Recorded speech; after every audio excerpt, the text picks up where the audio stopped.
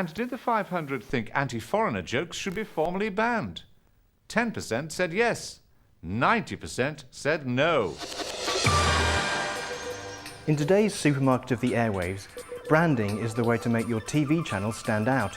But who's in charge? The marketing executives or the program makers? Advertising is hard to escape nowadays.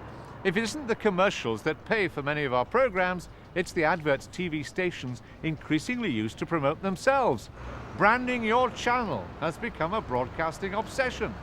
Both ITV and Channel 5 have recently changed their logos to sell a fresh image of themselves, and the BBC was this week voted British Brand of the Century.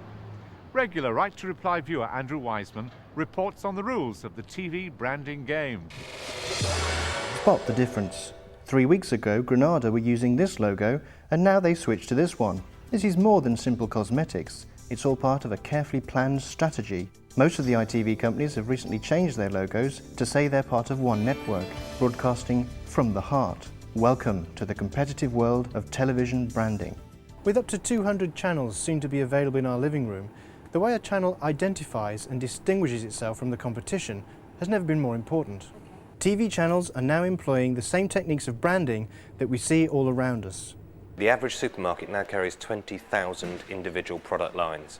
In order to get us to think about a particular product, the owner of that particular product has to get us to think about it before we get to the supermarket. Similarly, in a world of multi-channel television, you have to get people to know you're there, know what you stand for, and to expect a certain kind of programming when they arrive.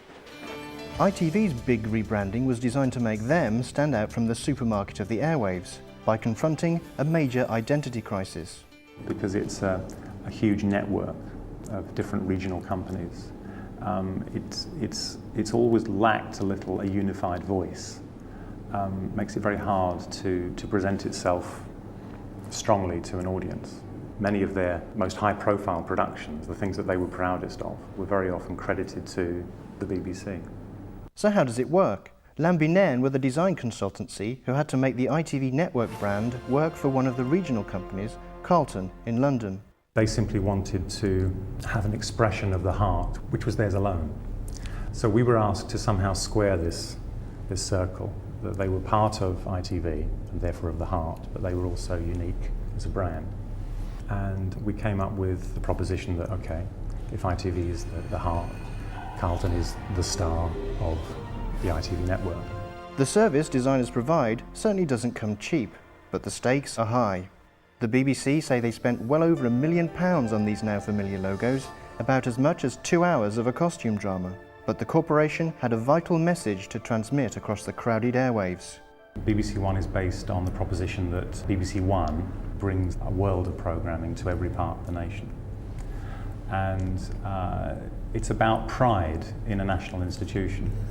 And after a few imaginative leaps, it takes you to a hot air balloon, taken to every part of the United Kingdom.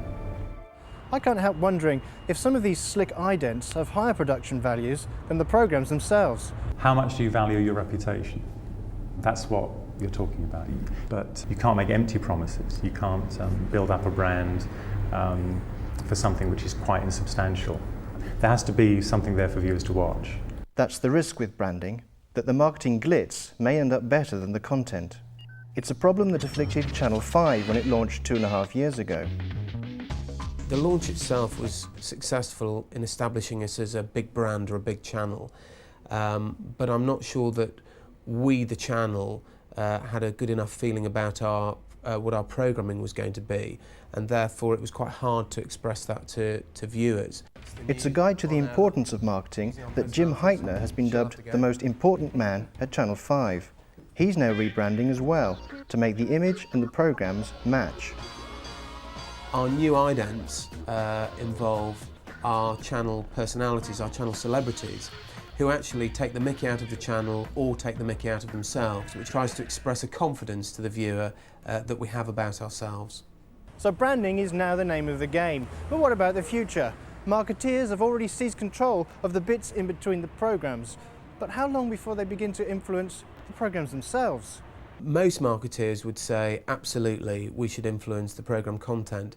Should that happen in television? I think not. We have a creative department called Programme Makers, and I think it'll be a sad day if marketeers suddenly invent a formula whereby we can anticipate viewing demands and some sort of factory piles it out.